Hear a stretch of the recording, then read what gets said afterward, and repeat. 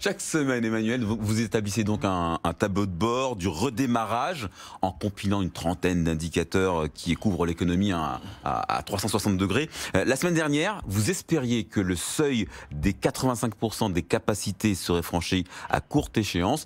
Et quand on voit votre mine, on se dit que ça y est, c'est fait. Oui, honnêtement, il est allègrement franchi. Il faut rappeler qu'on part du niveau le plus bas d'activité, c'était fin mars, en plein cœur du déconfinement. Là, l'économie française tournait à 63% de ses capacités. On avait eu une grosse étape qui avait été franchie le 11 mai avec la réouverture des commerces, où là, on était remonté à 75%. La semaine dernière, on était à 80%.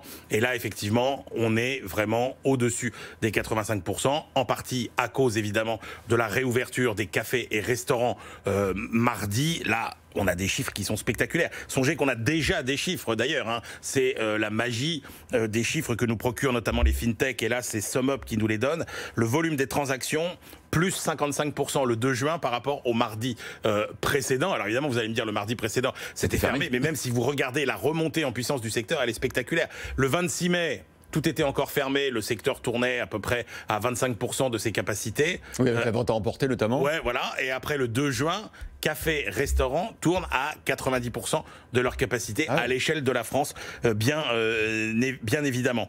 Et chez les autres commerçants, c'est pareil. Les clients reviennent aussi de façon assez spectaculaire. Ça, c'est les données payment data de la fintech CDLK. Si vous prenez les magasins de beauté, bien-être, mode, on est repassé cette semaine au-dessus, je dis bien au-dessus du niveau de fréquentation d'avant la crise. Songez que le 7 mai, par exemple, on était encore entre 20 et 40%. Et alors là, dans les jardineries et animaleries, c'est la frénésie, mesdames et messieurs. 50% de fréquentation de plus cette semaine qu'une semaine normale. Ouais, mais là, c'est le jackpot pour les magasins de bricolage. On aurait dû ouvrir notre petit magasin de bricolage. Oui, il faut les soigner, ces petits animaux domestiques qui nous ont tenu compagnie et ces petites plantes. Pendant des semaines. Et ces petites plantes. Comment ça se passe dans les concessions automobiles? Parce que là, c'est très important pour un secteur qui est très sinistré. C'est pas compliqué. Après les annonces de la semaine dernière, ça redémarre assez fort là aussi dans les concessions. Songez que la semaine du 18 mai, on était encore à 35% seulement de fréquentation d'une semaine normale. Cette semaine, on est déjà à plus de 70%. C'est ce que dit 3 Data. La remontée en régime, elle se poursuit dans tous les autres secteurs. L'industrie, par exemple, où le volume des transactions a remonté de 26% cette semaine. Autre marché qui se dégèle de façon assez spectaculaire. La publicité, le nombre de spots diffusés à la télé, il est encore inférieur de 43% à son niveau d'avant-crise, mais il était inférieur de 67% au cœur du confinement. Ça, c'est les données Admo TV. Et puis, vous savez, cet indicateur que j'affectionne particulièrement, la logistique entre la production et la vente, et bien là, événement, le baromètre Winfret nous dit qu'on est revenu au niveau de trafic d'avant la crise. Donc, vous voyez, petit à petit, les uns après les autres, les secteurs remontent la pente.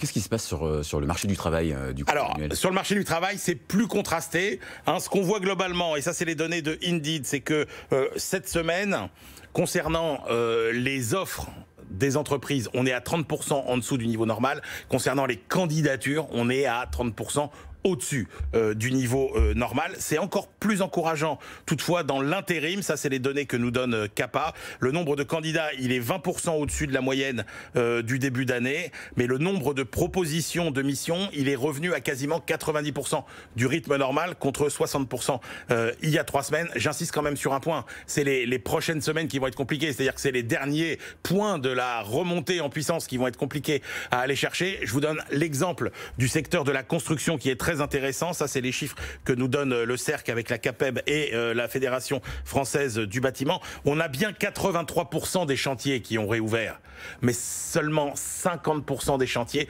qui tournent à plein régime. Donc, on voit bien qu'il y a beaucoup d'activités qui ont réouvert, mais que, il y a encore des freins à une reprise normale de l'activité.